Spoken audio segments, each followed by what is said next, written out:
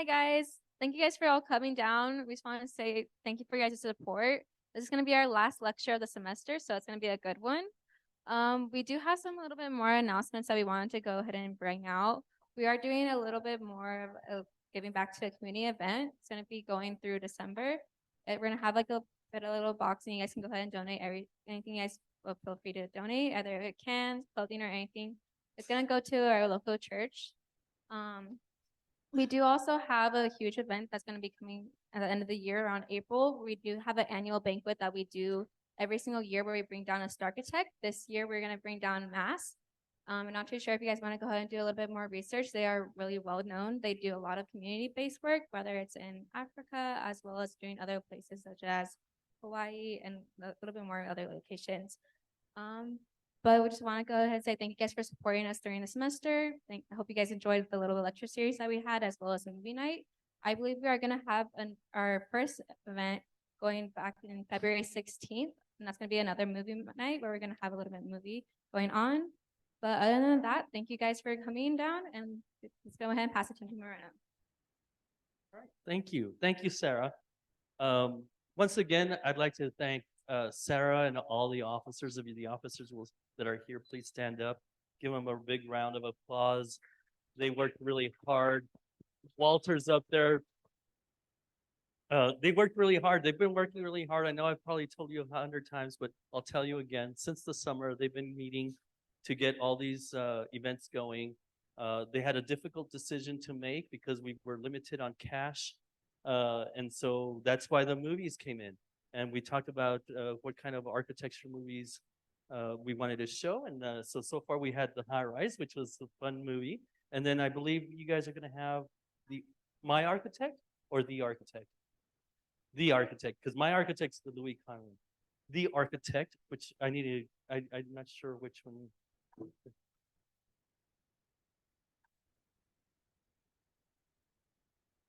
Oh, okay. So it's a house flip type of movie. So it's comedy, probably. Okay. Cool. All right.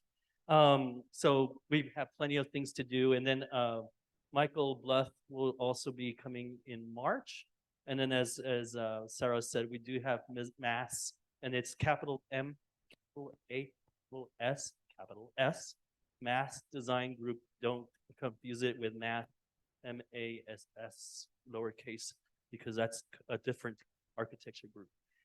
So if you want to do some research with that, do so. We'd also like to thank Mr. Myers, or the coordinator. Perfect timing. Thank you, and the rest of the faculty, of course, for all the support and getting all of you out here and encouraging you to be a part of this wonderful event. And then, of course, I can't forget the co-faculty advisor, Ms. Lindstrom, over there, waving, who helps me out. So when I cannot make it to meetings, she jumps in and takes over. So it's a very nice big group effort to make this happen. So I know I've talked a lot, so let's get going, right? So our guest tonight is Jennifer Countryman. She is a local registered architect who went to college in Puebla, Mexico, and got her bachelor's in architecture from La Universidad de las Américas in Puebla. She worked in New York City afterwards before returning to El Paso and working as a draftsperson in a local architecture firm. While she accumulated her AXP hours. Were they AXP or IDP when you were doing it? There was IDP. IDP, yeah. Okay. IDP hours. I lost my place here. Well, she was doing her hours and passed all 9 exams. That's changed to, as you guys now know, now it's just 6, but they're not as easy as you guys think. She worked as an in-house project manager for the Ysleta Independent School District, then for University Medical Center of El Paso. She secretly worked on her master's degree in sociology at night. Wow. While working on those projects, Jennifer then came back or became the Chief Operations Officer and Bond Project Manager for Canutillo Independent School District. She returned to the original calling of architecture shortly thereafter, becoming a minority principal at a local firm for almost 10 years before starting her own firm, Countryman and Company Architecture. 3 years in the making. Wow. Congratulations. Okay. Her firm has successfully delivered many noteworthy projects. You'll recognize some of which she'll be presenting this evening. Jennifer has also won 2 local AIA awards, restored a Trost and Trost oldest remaining building in El Paso, and leads an all-female, and some of her staff is right here, and former EPCC students also. All-female firm based in the heart of downtown. Help us welcoming Ms. Jennifer Countryman. Thank you very much for having me. I'm really humbled that you all would spend your Friday night listening to absolutely anything I have to say. I was a little nervous about the microphone. Everybody knows I talk to myself, and I was afraid to say something inappropriate to myself and it would be heard by everyone. I went to school in Mexico. Sometimes, like when the Women in Architecture Association or different mentoring programs, I get a lot of questions about that. People, we have a architecture school in Juarez and a lot of people trying to get accredited here. So that's a process that I get a lot of questions about. Back then it was the times, and somebody was just telling me about their critique here today, when you would present your designs, and we studied in a multi-story building and they would get thrown out the windows, and there would be a lot of tears and crying, and I don't know what it's like today, but I know that it's a more sensitive environment, I'm sure. A lot of very long nights, just like you guys, drinking a lot of Diet Coke and working all through the nights, but all very much worthwhile. And then going on to, after that accreditation process, taking all the exams. It was 9 exams then. You couldn't take them at home. It was old school in a testing center, paper flashcards, and definitely with Emmanuel's introduction, I feel very old, but it was like very long. But after working as a draftsman, then going on and working as a project manager on the owner's side, which is very different, because from there you learn all the maintenance problems and the facilities problems and what it takes after you deliver those buildings to keep them going for many years, and what people really think of your work. Like if you deliver a kitchen cafeteria for a school district and the superintendent, oh, it's beautiful. Well, the kitchen manager, she's going to have a completely different opinion of what faucet you selected, and she don't care. She'll give you a piece of your mind, and that's when you can get some real honest feedback. So about 3 years ago, I started my own firm, and I've been really lucky. How does this work? Oh, maybe. Yeah, that's what I was thinking. Oh, well, maybe I'll just use this. How about down? Yeah, no.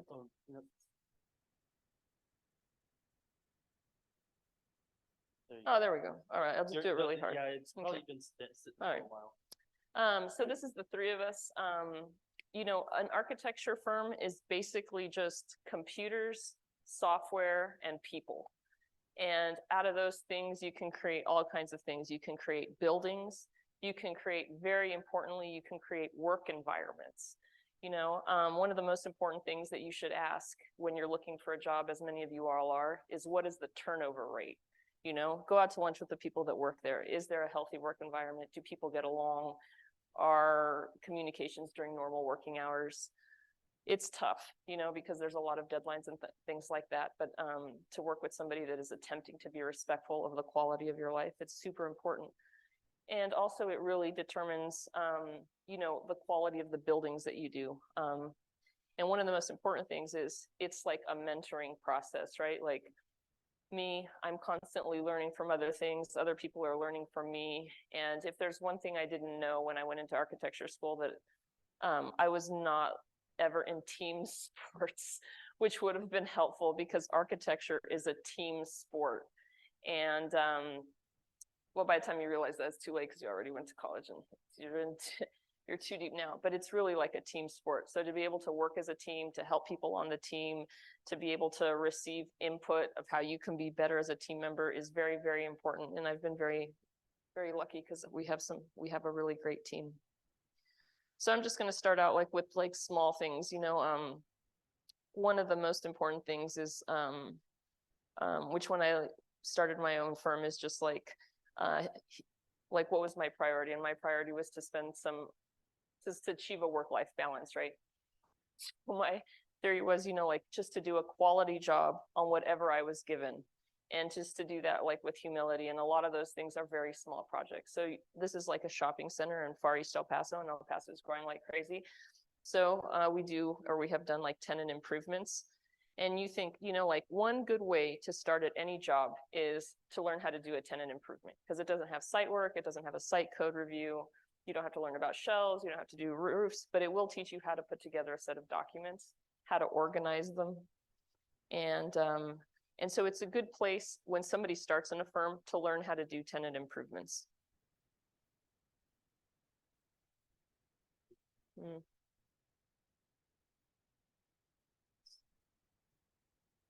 Very good. All right, so this is another one for Melek. This is another one for Code Ninjas. Another thing is like when you're going after work, like different types of projects, is how to take the experience that you have and tailor it towards what you're looking for. So for example, this is a tenant improvement, but this is a K-12 educational space for STEM, and it's very applicable to that. And this is something like the kind of spaces that a lot of public schools or charter schools are looking for. And so through all these small things, you're accumulating the experience that can lead to bigger things. This is another tenant improvement in an older space for a therapy group. And this is something I wanted to talk about because a lot of things, like when you're in architecture school, you want to know about how to win design awards and super cool buildings, and you're on Instagram and everything is amazing. But I've done a lot of work and I don't have pictures of that, but it's for the Health and Human Services. Like the ultimate lottery is really birth. And, the Health and Human Services is basically housing for people that can't live independently. Some of them that were born with like severe mental problems. And if you remodel their shower or their living quarters, they're probably going to be institutionalized their whole lives. And so there's a lot of projects that are not glamorous, that are not flashy, that really can mean a lot to people's lives. And you'll give like a huge improvement and contribution without ever doing something that's beautiful or award winning. And that's probably one of the things I learned along the way. It's also usually very well paid though. And then we get into projects that are more technically rigorous. This is a really cool project that our firm did, I think the first year that we opened. And this is a CT scan room. And some gentleman I was visiting here right now was talking about experiences. Definitely in healthcare, when you're most vulnerable, when you're at your weakest, what is the thing that you remember? You remember that nurse that was kind to you, or that was gentle to you, or that was comforting when you're in a difficult situation, and spaces can contribute to that too. In this project, we were very lucky to be able to put in this light fixture, mechanisms that dim lights, mechanisms that make people more comfortable, that lead to better conversations with their doctors, acoustics where you can hear well. And also from our point of view, this requires a lot of mechanical, electrical, and plumbing coordination. The space may only cost a couple $100,000 to remodel, but the machine is worth over $1 million. So they're really entrusting you with making sure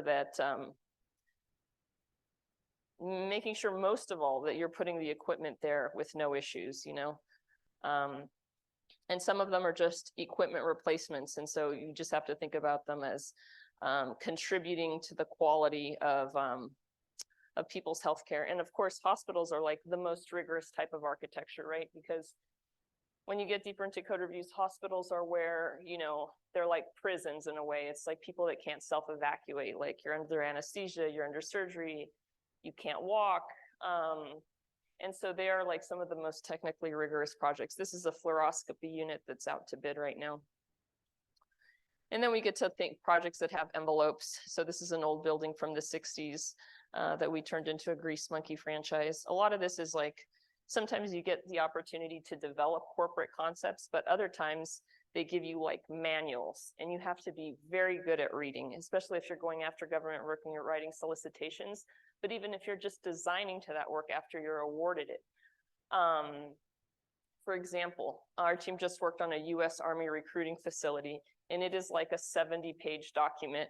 And when they ask you, why is this like this, you have to pull out and you have to say on page 52, paragraph 3, it said that the floor would be like this and because of that.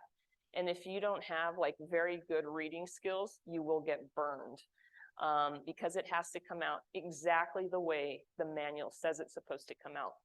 And it's very clear, like who can read and who is and who can't, you know? So it's very important. Then we have like a lot of the projects that you see, like new construction projects. How do you make a timeless and economical shopping center? This is in Northeast El Paso. And then of course we do have like projects that are these are like exciting. Mutt's Canine Cantina is a growing franchise. We were just hired by corporate to do like their concept. So you get to solve different problems. So Mutt's Canine Cantina is basically not much of a building. It's basically a kitchen and a bar, and it's an outdoor eating and drinking patio that you can bring your dog to, and they're growing like crazy. So one of the things is they're mainly right now in the Southwest, but how do you expand that concept to like Minnesota, you know? And then this summer with all of the heat waves, even in the Southwest, it's too hot for people and for dogs to be outside. And then you start thinking about how people feel in environments, but then you start thinking about, you know, what are dogs like in an environment, you know, like the asphalt is too hot for them to walk across. How do you put cool deck or something so that dogs can walk in extreme heat in Phoenix or something? And then you start talking about like, well, what is a dining experience like when there's dogs? Well, they're mostly, this is not a recent picture, but they're mostly all bar tops because all the dogs start eating all the food off of everybody's table, you know? So you start thinking about like, what is it like when dogs are diners, you know? And those are like some of the things that that were asked. And so there's one that's coming to Montecillo. So we're developing their new corporate concept to make it an all-weather, all month of the year in different climates. And also, so these are some of the renderings. This is going to be in Montecillo. It comes with a paw wash, an aquatic, like a water park for dogs. It's pretty cool. And this is it under construction right now. And so one of the best things you can do is really ask to be the person that goes and does the construction administration in your office, goes and does field reports, like understand if you're drawing something and you don't know what it is, no one else really, like you have to understand it to be able to do it, you know? And the best way through that is obviously the internet is great too, you know, but nothing does it like reality, you know?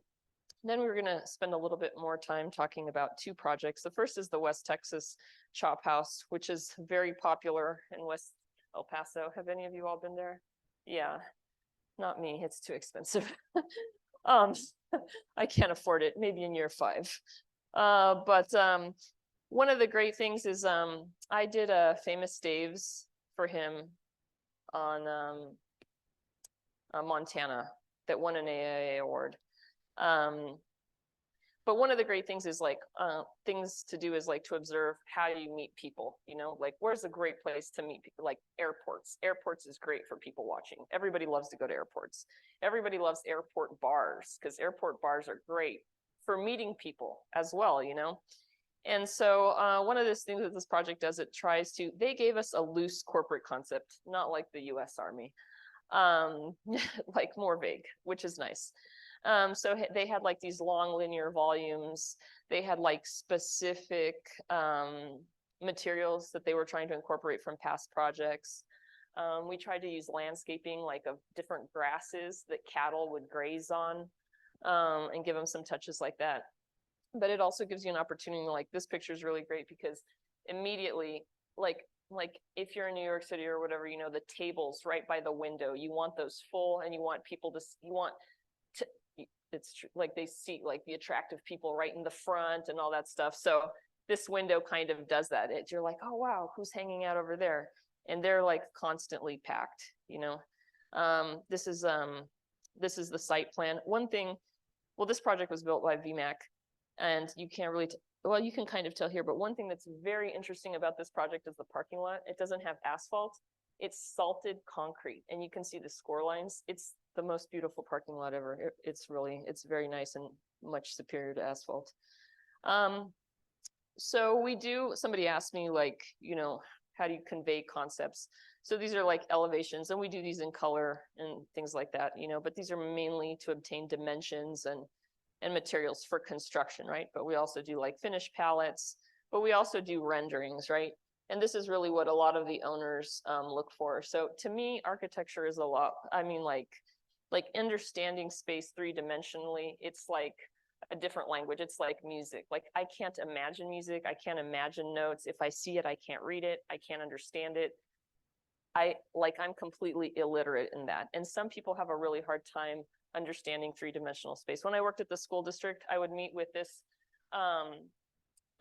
principal of this new campus, right? You know, like millions and millions of dollars. And every week I would meet with her, explain with her how it was going to go. When it was under construction and the walls were going up, she's like, oh, this isn't it.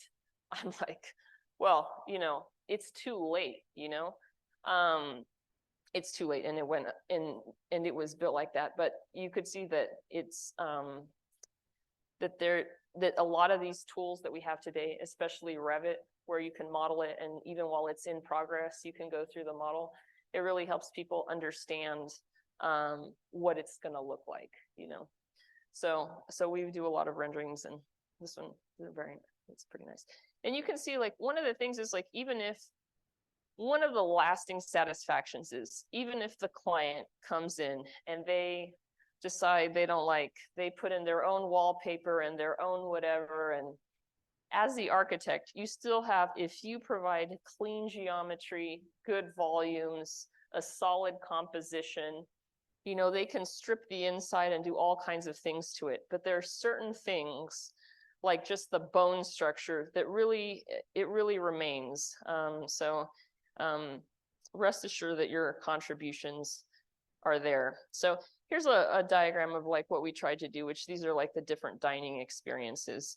So, you know, there's interaction between the inside and the outside, between the private rooms, and kind of like vary the experience. Down the center, there's these trees. You have to know a lot about food service zones and how to deliver that, which is MEP heavy. There's a lot of detail that goes into that.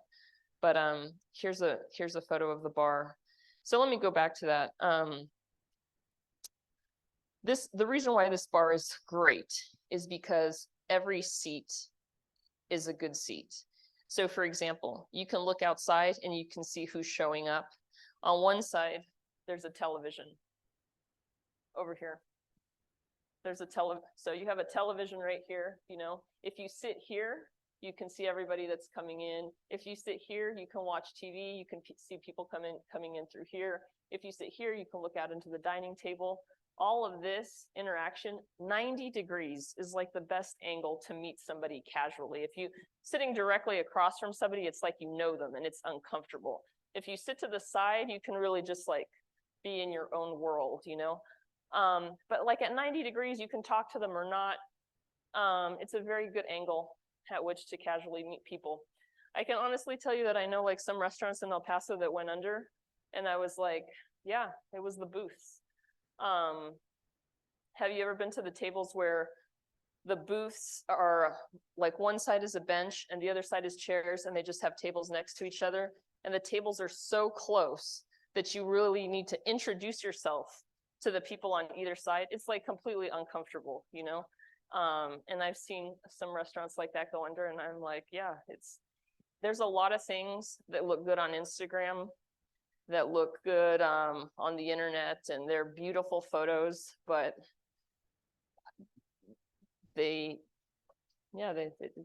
not reality. It doesn't work in real life, you know? So anyways, they measure the liquor sales, and you can also forget architecture awards. You can rate how good your job is by the liquor sales. So anyways, so we do a lot of like food service. Some projects have a food service consultant. And so the food service consultants, that costs money if the owner's willing to pay for that. Other times it's food service vendors, or sometimes you select and you plan the equipment yourself, and it's very time consuming. So, and you can learn a lot. There's very like different types of kitchens, right? Like if you did a carnitas Querétaro, you have like these huge things for, to make the carnitas, then you have to like select certain types of floor. They put it on the floor, you pick the wrong floor, the floor melts, so all those kinds of things, right now, like for example, we're working on a project that has a pool, doing all the pool rooms and the chemical rooms, doing like coatings on the floors so that the acid doesn't corrode them, or acid resistant doors or acid resistant walls.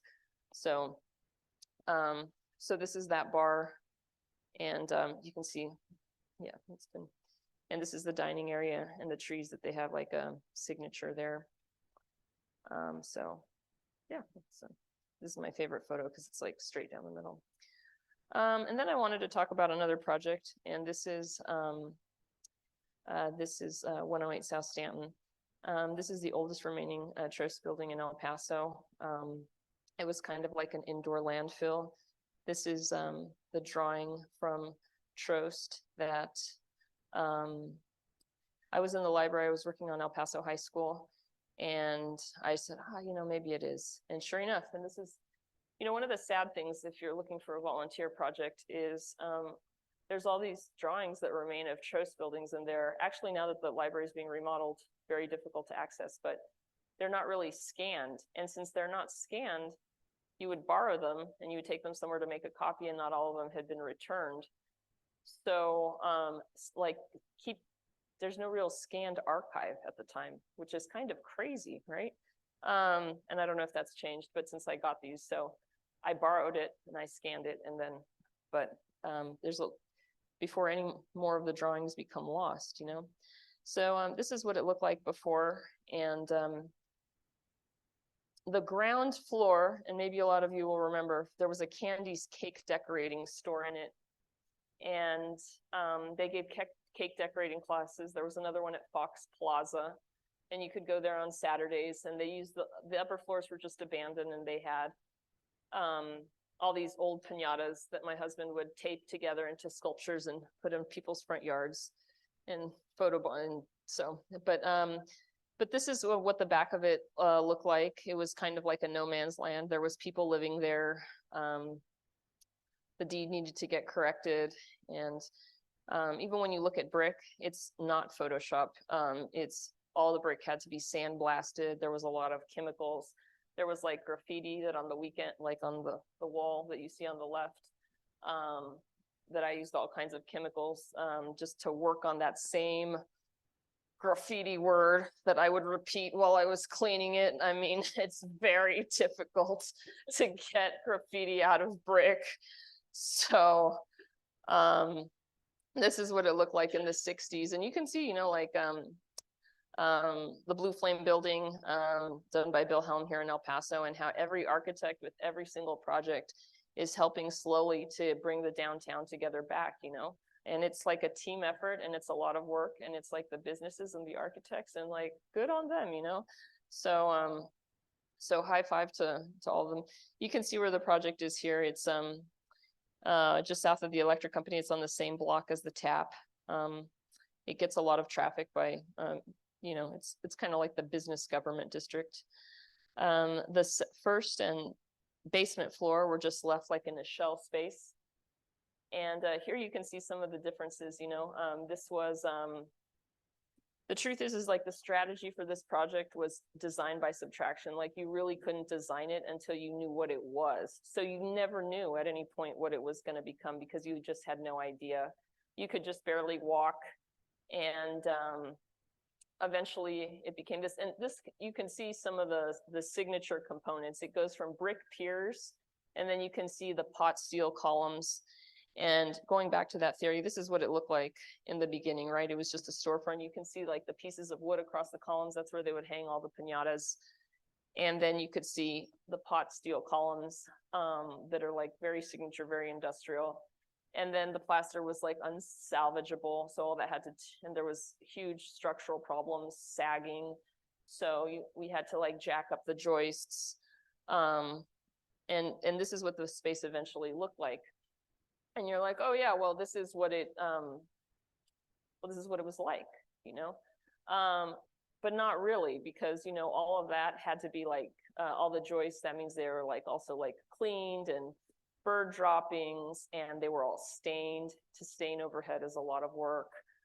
That's a firewall. And the other thing that you really can't notice about this is that we created a custom horizontal fire assembly, which was very complicated to negotiate with the fire department. So basically what it is here, all the wood joists were able to be exposed. And on the second floor above it, you can see a wood floor. In other words, it's got exposed wood on both sides. And in order to do that, you have to use certain sections of the code where you custom design your fire rated assembly. And that's like one of the big accomplishments of this project. So on the second floor, you can see below, it's on the bottom, we have 3 rental suites. It's kind of like not co-working. You have your individual suite. The one and the third floor is our office right now.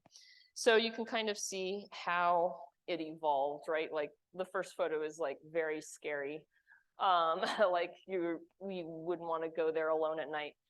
And then the second one is in progress, and this is what it looks like today. But one of the interesting things is that you can almost see like fossils. Like if you pay attention, like you can see, well, it was like not handicap compliant and not compliant with anything.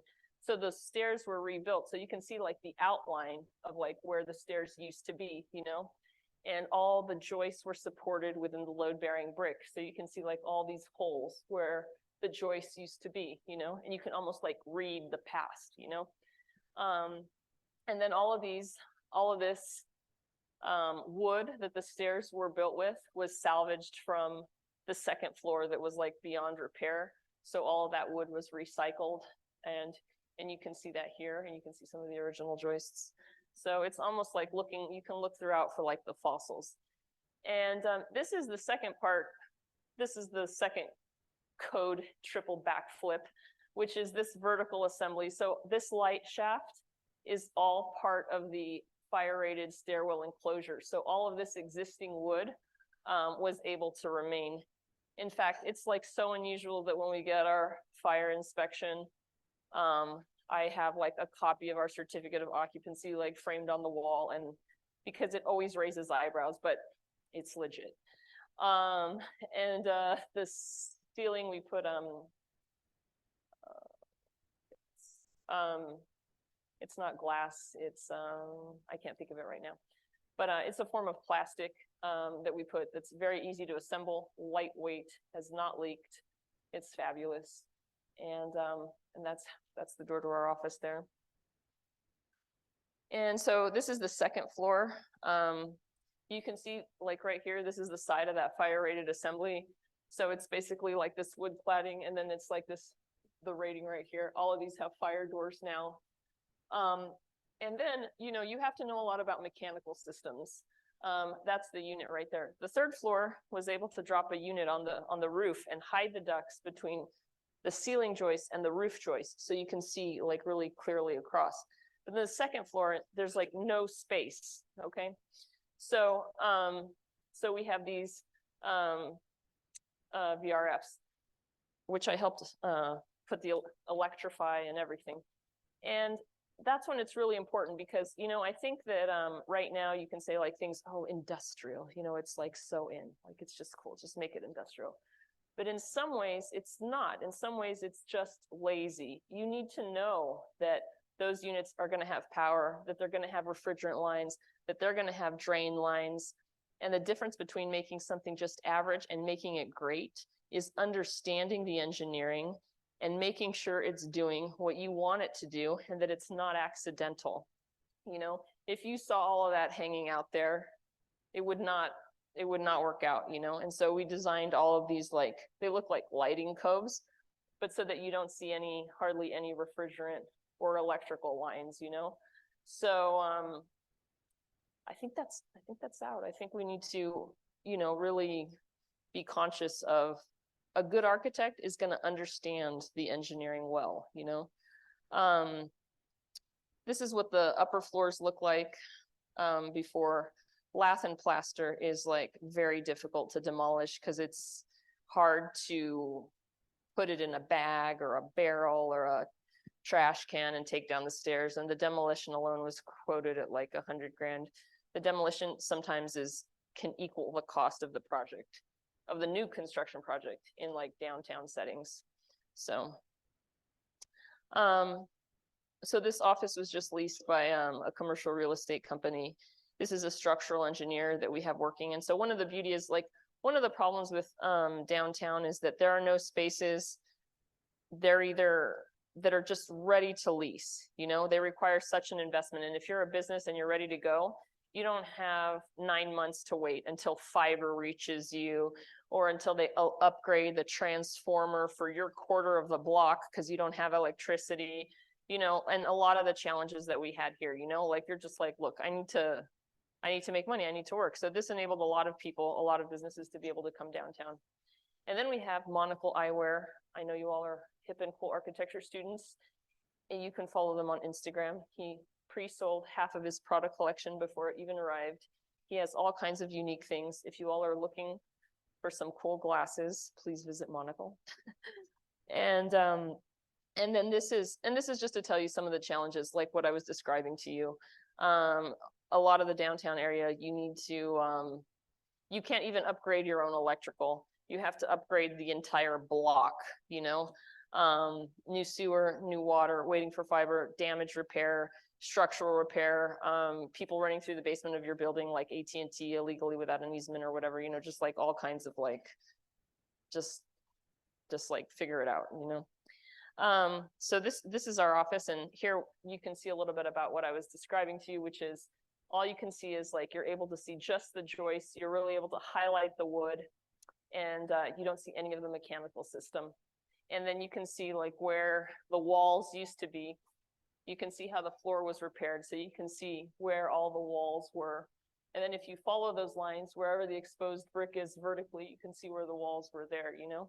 So it's almost like you can almost fully read it. So it's yeah, it looks pretty nice. So so this is our office. And then I wanted to what I did was I asked Beatty and Paulina, like, well, what do you guys want to talk about tonight? And they're like,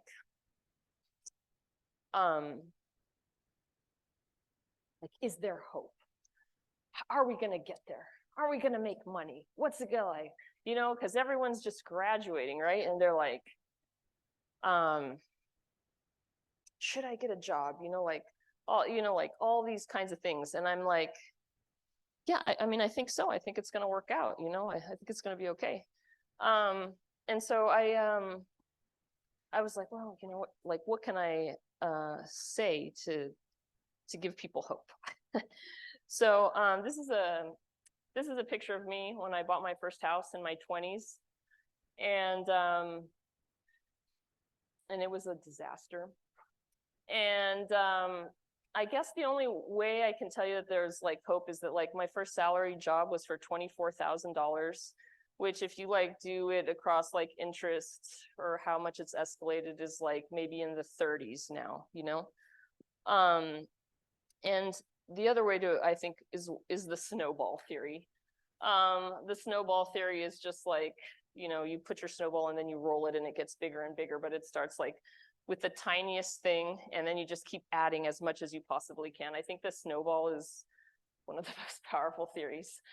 You know, have you heard of that guy that he had like a bicycle and he just like traded and traded and traded till he had the Mercedes? It's basically that, you know? And so, and the other advice that my mother gave me was like, cars always depreciate and real estate always appreciates. So don't waste your money on cars, only on things that get more valuable. And so I bought the house for like $83,000, which I know now really makes me sound really, really old for what's happened in the last couple of years. But so they're like, exactly what did you do, Jennifer? And I was like, all right, okay. So I lived with my parents and I leased it, and I used the lease to pay the mortgage, and I used the money I was making to save, to, like in my mom's garage, I had a refrigerator, I had a washer and dryer, I had toilets, And I just started like building all the pieces. And so, and yeah, and what it did though is, sure, I had contractors, but like a lot of the demolition, I did it myself. Some of the work, the irrigation, I did it myself. And I guess what I wanted to say is like right now you do a lot of things on paper, you do a lot of things on computers, but architecture is like a very physical reality. Like nothing is more powerful than you draw something. Like I remember on my first job, I was drawing like a library in San Elizario, and it was a tilt-up concrete panel building, which is very powerful because most buildings you just like every day they go up a little bit. But when a panel is tilt-up concrete, you know, one day it's just flat, they pour all the panels on top of each other with bond breaker. And then in one day, they hire a crane and the whole building goes up in one day. And you're like, wow. And it looks just as good or as bad as you drew it. So it's very shocking. And so, anyways, it eventually became like this, you know, and I was not very, you know, on very modest means, you could say, but through doing like scrappy, you know, like just, and the other thing too is like when you're like investing like the greatest little bit you possibly can every day, the greatest little bit, and you're like working on that snowball, like miracles just start to happen. Like for example, if you owned a house before COVID and then you did nothing and now you own it, instantly everybody gained about $100,000 instantly, you know. And that just happened, if not more. And that happened to a lot of people, you know. And then you start to build wealth in yourself, you know. And so, and then it became this is what it looks like after a party. And then it just keeps going from there. And this is what it looked like. And I got married in my backyard. And it was awesome. People had a great time. And it was just like, what it gives you is, how do you get self-esteem or self-confidence, you know, because you have to think back, like, sometimes you have self-doubt if you can't do something, and you have to go back in your mind to all the things that you were able to do, you know. I had a really hard time finishing my master's degree. It took me 7 years to get it, and it was a 2-year program. And I was like, I can't do it. I have to write this thesis. I had to go back and do it again. And it's like, you have to be able to say, I graduated from kindergarten. I graduated from elementary. Not everybody graduates from middle school. And then I graduated from high school. Like, I am a graduator. And so sometimes in life, you have to look back at all your other accomplishments so you have the confidence to do the next accomplishments. And so especially like if you're going to meet somebody else or something before all of that, like my husband has a great job or whatever, but like I know that if he dies in his sleep, if he has a heart attack, if he gets cancer, if he gets in a car wreck or dies in a motorcycle accident, like I know I gutted and remodeled that bathroom. I know I can take a building, I can build it, I can buy it, like with my own 2 hands, you know? And it brings you to like this talk of like, which is very annoying to me, of like all this stuff that you see in the media, like especially towards women, you know, like you're not what you look like, everyone looks great and all this stuff, right? And everyone wants to talk about, you know, body positivity and self-confidence, but they don't really say, well, where does the self-confidence come from, you know? And self-confidence comes from like self-reliance and knowing how to do things, you know? Like, it doesn't matter what you look like, it's because what you can do. Like I can change my own tire, I can buy my own house, you know, I'm a doctor, I'm an art, I can do all these things. And so like, there's a lot of emphasis like on looks and not mattering, but they're not really talking about like where like deep, strong self-confidence comes from. And that comes from, you know, doing your own yard work, fixing your own leaking sink. And all of those things are things that really contribute. It's not only good for your own, at least especially for me, for my own self-confidence, but it helps you understand buildings better, and it will make for better construction documents. Because if you've ever built anything, you start to get a better appreciation for better instructions, you know? So you can play a game like, here's a blank empty concrete slab. Here's your drawings. Place the first stud, you know, and then all of a sudden you're like, oh no, is the stud flush with the edge of concrete and the ephes and stucco go straight down and then you're going to seal it? Or are we going to set it back 1.5 inches, put it down, seal it there? Where does the first stud go? And you're like, oh my gosh, all right, fine, just forget it. Somebody put the first stud. All right, let's go to the second stud. All right, team, here's our own drawings. Where are we going to place the second stud? And then you look at the dimension and it's like, oh, that's to the wall. Oh, but the wall has 5/8 inch of sheetrock on it. All right, everybody's like, all right, deduct 5/8 inch off of like 12.5 feet and 6 inches. And they're like, oh my God, like we're supposed to be building these things. Now everyone just took 10 minutes to figure out the dimension of where to put the next stud. Okay, oh my gosh, why didn't we dimension it to the stud in all the drawings? Exactly. So if you've built something, it's gonna make you a better architect. And that's really all I have. Is there anything that you guys would like to visit about or ask me, or? I don't know. Paulina and Beatty, they told me this, you need to talk. Did I fulfill the mission? Yes. Okay, very good. All right. Yeah. First of all, thank you so much. That was fantastic. Let's give her a round of applause. Very, very good. Thank you. Thank you. Thank you. Thank you. And since you opened it up, who's the first one is going to ask a question?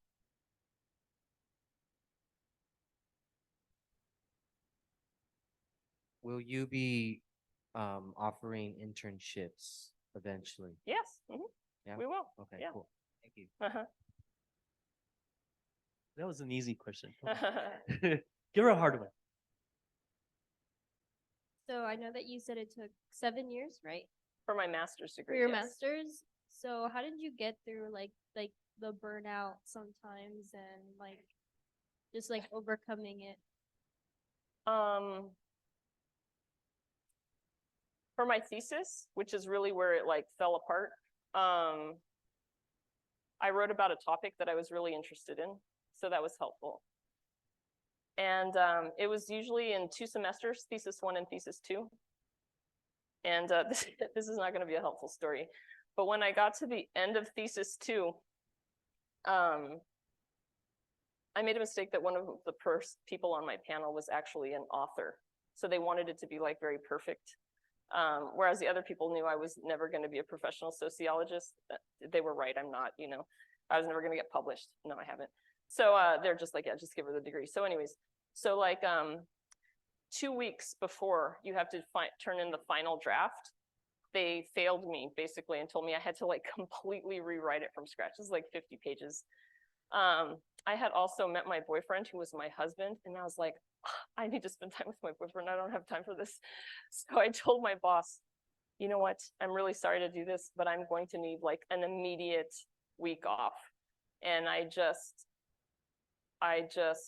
went home, and then I like stayed up till like 4 a.m. every night, and I rewrote all 50 pages like in a solid week, and I rewrote the whole thing. But I think you just, a lot of times, like you just keep going out of habit, you know, like if you have good habits, like every morning you wake up, you have a cup of coffee, you sit down at your desk, you know, whether you feel like it or not, you know, like, and you just, and after a while, I think you start to crave the habit regardless of what the task is. But I also have another trick, which some people disagree with, but when I don't feel like doing something, instead of stopping, I just do something else.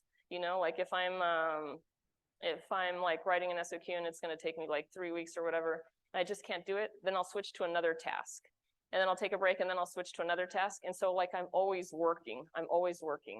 And maybe I break it up by doing different things. But I'm like, as long as you keep going, as long as you're working on something, you know. So I don't know if that answered your question, but. I saw a couple of other hands also. So like you said, you started up your own architecture firm. And I did actually visit it, but like more or less I wanted to see like what's the process of how you get there? What are like the minor steps that helped you become confident enough to start up your own firm? I think you're never really ready, but I had at the firm I worked with before, I knew a lot about how firms operated. And what that means is how to write fee proposals, how much money you could expect to get, how long it took to like produce. So I had a good feeling of fees, a good feeling of production, who you needed to like assemble the team. And I had also worked by that time, like at a lot of different jobs. Like I had worked at UMC, I had worked at a school district. So I kind of like, I knew a few people, and well, I like, even now I spoke to another architect and I was like, hey, how do you like get all these healthcare clients? You know, it's like, all you have to do, Jennifer, is get old. Because as you get older, you know more people, you've been around more. But I did the math and I said, no, you know what? Like going back to that whole humility thing, like this margin off of these smaller jobs, if there's enough volume, you know, I think I could patch together a living off of it, you know? So yeah, I think having a understanding of how to get contracts, how to put together fee proposals, how to put together teams, how to produce the work, how to charge for it, and having like a big overall picture, I think is pretty helpful. Yeah. So. Yeah. Thank you. I don't have a question, but I have a comment because I think, at least to me, it was very helpful when you were saying that, you know, when you when things are not going right, Yeah. are not going well, just keep going. Yeah. You know, because and I think I can speak for everybody. There's sometimes where you're so stressed out and you're thinking like, oh my gosh, I'm not gonna make it. Yeah. But then if you just do the next small task, Yeah. that's it. So, you know, to me, hearing that from you that have been doing this for a long time, that kind of gives me hope. Actually, yeah. There. Yeah. Check. I did it. No. Thank you. I was going to say another advantage of working is that I had a child and I asked myself, like, why should you keep working, you know? Is because when you're going through a hard time personally, work is always there for you. Like work takes your mind off of your personal problems. It's like intellectually engaging. And when everything else is going wrong, you're like, you know what? I can work. I'm still good at work and it's still a good distraction. And it's just good to have, you know, maybe in different measures, not till 3 a.m, but like, it's always good. Like work is good for you. It really is. So. Any other questions? Like that? So no? Oh, there's a question over there. Yeah.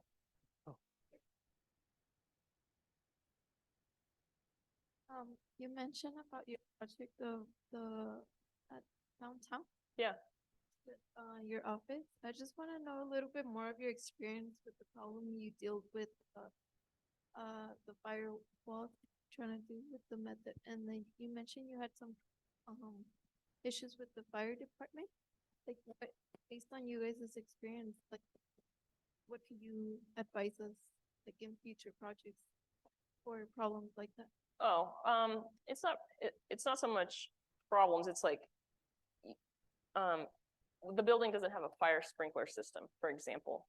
So you have to, the easiest thing to do is to say, okay, put in a fire sprinkler system, right? But it's very expensive, right? So especially if it's your own money. But one of the things that we offer clients is, hey, I think I have a strategy where you don't have to put in a fire sprinkler system. Like that's a huge thing that you can offer, right?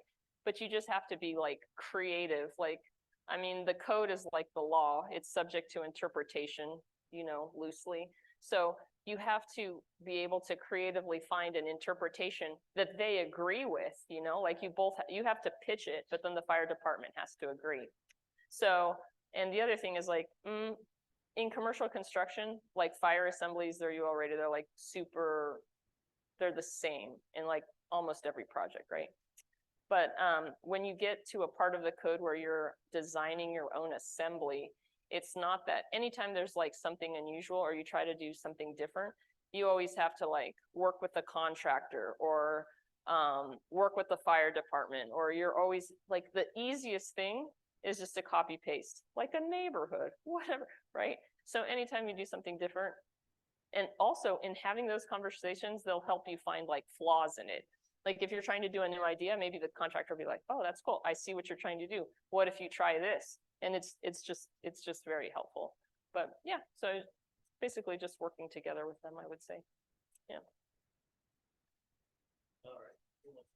I'm gonna try to redeem myself. All Okay. right. So how has the bidding and networking process for a startup been for you?